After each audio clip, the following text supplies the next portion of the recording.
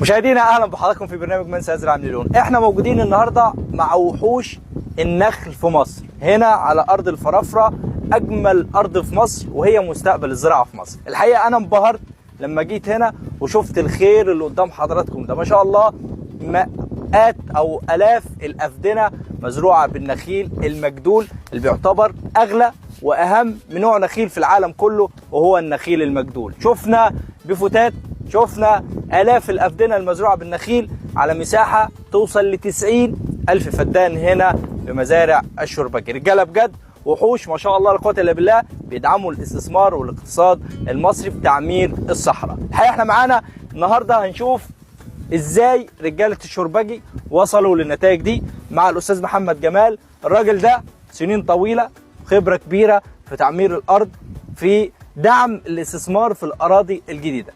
استاذ محمد اهلا بيك. اهلا بيك يا استاذ شعبان، انت مشرف الفرافره من 2006 والشربجي اللي بنقول عليه هو يعني ايه من ملوك تعمير الصحراء وابو النخيل في مصر، جه وبدات رحله الكفاح ورحله الاستثمار، واحنا جينا من القاهره للفرافره علشان نشوف الرحله دي واحنا وصلنا لايه النهارده، ومن غير كلام احنا شفنا النتيجه. دايما يقول لك الواقع لا يكذب ولا يتجمل. بالظبط. المشروع ده بدا من 2006 مع ناس كانت كل همها انها تزرع وتعمر وتبني في صمت. هنا عدد كبير، يعني المهندس الشربجي معاه عدد كبير من المستثمرين، جابهم عمل لهم شركات وعمل لهم مزارع وخلاهم يستثمروا ويعمروا، لان الزراعه دي مهنه تشاركيه، يعني ده اقتصاد تشاركي. صعب جدا ان حد يعمل 50,000 فدان ولا 90,000 فدان لوحده.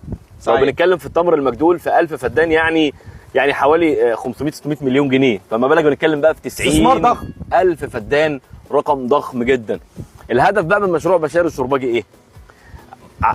ان احنا نعمل دي مرحله جديده في عمر القطاع اللي احنا واقفين فيه ده، تمام؟ شراكه مع المهندس الشربجي، كل هدفها انها نعمل مجتمع عمراني زراعي متكامل. هنا المهندس الشربجي وحده ومعاه عدد من المستثمرين، هو اعطاهم اراضي، تمام، وساعدهم بخبرات فنيه كبيره جدا ان هم يزرعوا مهما كان عددهم قليل، لان هم مستثمرين كبار بيشتغلوا برضه في صمت في تعمير الصحراء. ايه الهدف من مشروع بشاير؟ ان احنا نستقطب المستثمرين، الناس اللي عايزه وعائد ادخاري امن في فرصه استثماريه فيها اصل منتج زراعي، منتج بديل لاوعيه اخرى زي البنوك والعقارات والحاجات دي كلها.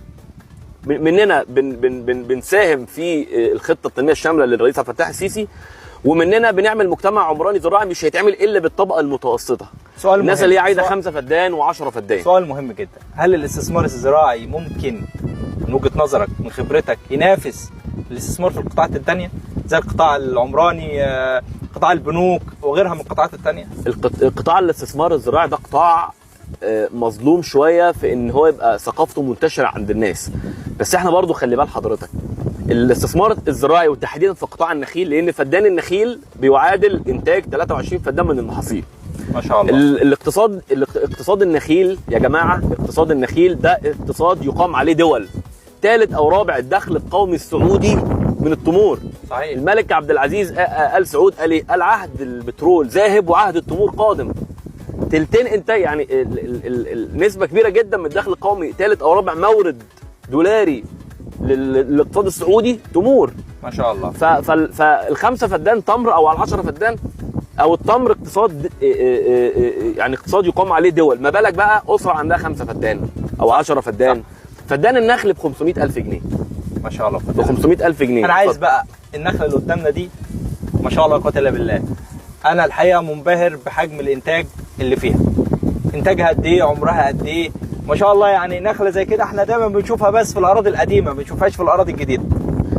انتاج النخل المجدول بشكل عام في مصر متوسطات انتاجه 80-90 كيلو. وده له اسباب كتيره جدا، نتيجه ان مفيش ثقافه للناس انها تزرع نخيل الا لو ارض فيها مشاكل، صاحبها غلب فيها ان هو يزرعها اي حاجه ثانيه بمحاصيل عوائد سريعه، فما عرفش فيقول لك اديها نخيل. عشان كده بنتفاجئ ان انتاجات النخيل في اغلب الاماكن بيبقى اقتصاد او زراعات غير مقصوده. الناس ما عندهاش ثقافه النخيل. هنا المهندس الشربجي ومشروع بشار الشربجي المشروع الجديد ده الهدف منه اقامه مجتمع اقتصادي زراعي على النخيل. فاحنا جايين للنخيل هنا في افضل تربه وافضل ميه وافضل مناخ، منعدم الرطوبه او نسبه الرطوبه فيه قليله، فالتغيرات المناخيه خلت الرطوبه تزيد قوي في اغلب اماكن بره، تمام. فاصبحت الانتاجيه بتقل، الحبايه بتنشف، الحبايه في اغلب الاماكن بره غير مرغوبه. لكن لما نيجي هنا بقى في النخيل في منطقه الفرافره، تربه محترمه، مناخ محترم، تمام، هنلاقي الحبايه السوبر جامبو اللي تطلع ل 40 ما شاء الله، ل 40 جرام و50 جرام و60 جرام. متوسطات انتاج هنا ما شاء الله، يعني الكيلو ال 20 حبايه ممكن يبقوا كيلو. طبعا طبعا. واحنا السنه اللي فاتت الشرباجي في طلبات تصدير على المجدول الطن بمليون جنيه. الكلام ده على فكره كلام الناس برضو لسه ما استوعبتوش. يعني بالعكس، يعني كيلو ب 20 دولار، يعني الطن بمليون جنيه. ما شاء الله. المجدول تحديدا عليه طلبات لو عايزين 100 ضعف المساحه اللي احنا بنزرعها او 200 ضعف. الانتاج العالمي من المجدول بيتقلص وحجم الطلب بيزيد، لان امريكا فيها 20,000 فدان مجدول بس. صح. انا هنا في مزارع الشرباجي بس عندي حوالي عندي تقريبا قد الرقم ده مره وشويه، بس مجدول وحاجات تانية كلها مميزه، يعني من الاصناف الفاخره.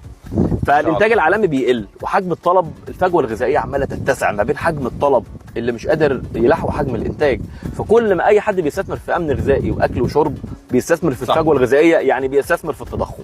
موافقين دايما يا استاذ محمد جمال. مشاهدينا اشوفها مع حضراتكم بعض التفاصيل، لكن الحقيقه الكلام هنا عن مزارع الشرباجي وبشاير الشرباجي عايز وقت كبير جدا، وان شاء الله ده هنشوفه فيديوهات تانية معاكم. وتابعونا في برنامج من سيزرع المليون، ومعكم شعبان بلال.